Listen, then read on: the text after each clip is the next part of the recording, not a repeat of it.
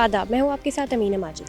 इस वक्त मैं मौजूद हूँ दिल्ली के प्रधानमंत्री संग्रहालय में, जहाँ NCPL की तरफ से 3 दिन की वर्ल्ड उर्दू कॉन्फ्रेंस हो रही है। ये कॉन्फ्रेंस 6 फरवरी से 8 फरवरी तक हो रही है, जिसमें MJ अकबर और भी कई बड़ी शख्सियत मौजूद है। तो चलिए लेकर चलते हैं आपको इस कॉन्फ्रेंस में। कि अगर आप इश्क करना चाहते हैं तो उर्दू सीख लीजिए, और अगर उर्दू सीखना चाहते हैं तो इश्क कर लीजिए। उर्दू किसी एक मज़हब का ज़बान नहीं है। उर्दू जो है एक वतन का ज़बान है, एक ज़मीन का ज़बान है। God is older than religion. हमारा जो मज़हब है वो मेरा है, मुझे अल्लाह तक ले जाएगा नहीं कि नहीं, वो अल्लाह के ऊपर है। लेकिन मेरा वतन जो है मेरे तहज़ीब के साथ जुड़ा हुआ है,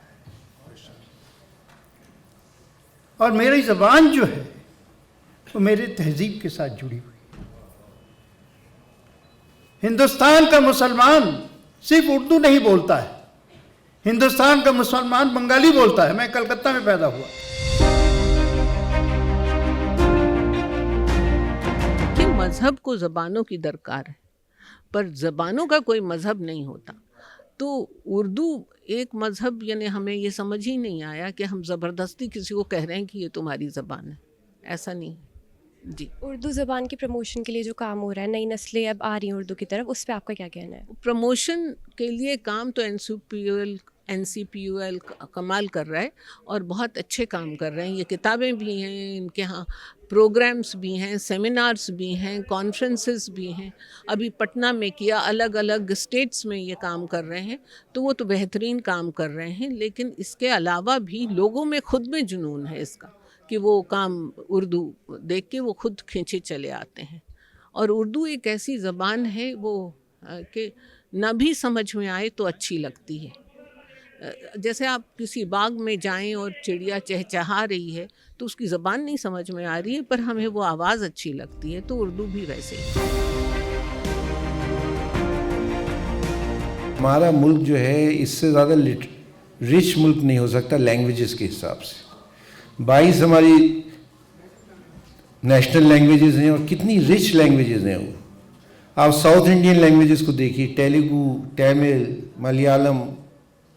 फिर वेस्टर्न इंडिया में देखिए मराठी, गुजराती, बंगाली, ईस्टर्न इंडिया में आसामीज, बोडो लैंग्वेज।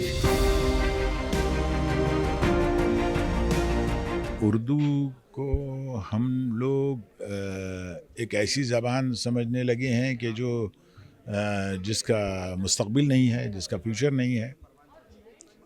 ऐसा नहीं है। नई बस्तियां उर्दू की हैं।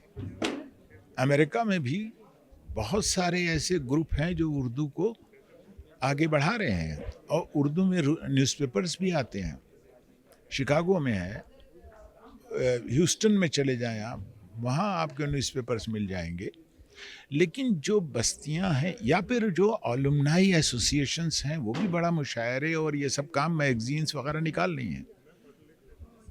मैं ये समझता हूँ कि जो हमारी फैमिलीज़ हैं उनको जागना चाहिए। उनको तो आती है, पेरेंट्स को तो उर्दू आती है, लेकिन अपने बच्चों को वो बोलते हैं, बच्चों की भी ज़बान अच्छी है, मगर उनको उर्दू रस्मुल ख़त नहीं मालूम, उर्दू स्क्रिप्ट नहीं मालूम। तो ये हमारी कमज़ोरी है। मेरा ख़्याल है कि इस तरफ रुझान होना चाहिए लोगों का। लेकिन उर्दू की किताबें जिस सूरत से मैदान में आ रही हैं और जो ख़रीदी जा रही हैं, अभी आपने देखा, तो ये नहीं कह सकते हम कि घरों के अंदर उर्दू की लाइब्रेरी की कमी है। उर्दू की लाइब्रेरियाँ पर्सनल शख्सी लाइब्रेरी के अंदर भरी पड़ी हैं। और अब ये ज़माना आ गया है कि एक जगह से दूसरी जगह आदमी शिफ्ट हो रहा है। मैंने ख़ुद अपनी 2000 किताबें लाइब्रेरी को, मौलाना आज़ाद की लाइब्रेरी को दे दी, ताकि दूसरे भी उससे फैज़याब हो सकें। तो इसी सूरत से बहुत सारे लोग हैं हैदराबाद के अंदर भी कि जो सऊदी अरब चले गए या मतलब UAE चले गए, तो उन्होंने अपने वालिदैन का जो सरमाया था उसको मुंतकिल करने की कोशिश की और कहा कि इसको किसी जगह, किसी लाइब्रेरी में ऐसा महफूज कर लें कि आने वाली नस्लों के काम आए। एक ही बात है कि हमें लोगों को तरगीब देना पड़ेगा, इंस्पायर करना पड़ेगा। उर्दू हिंदुस्तान की ज़बान है। 8 शेड्यूल में हिंदुस्तान की तस्लीम शुदा ज़बानों में 22 ज़बानें हैं, जिनमें एक उर्दू भी है।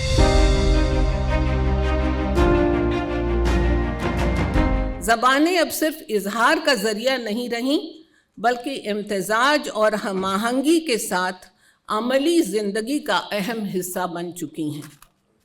बहुभाषी होना बदलते वक्त की ज़रूरत है, जिससे हमारी नई नस्ल बखूबी वाकिफ़ है, जो एक साथ कई ज़बानों में सोचती, बोलती और काम करती है।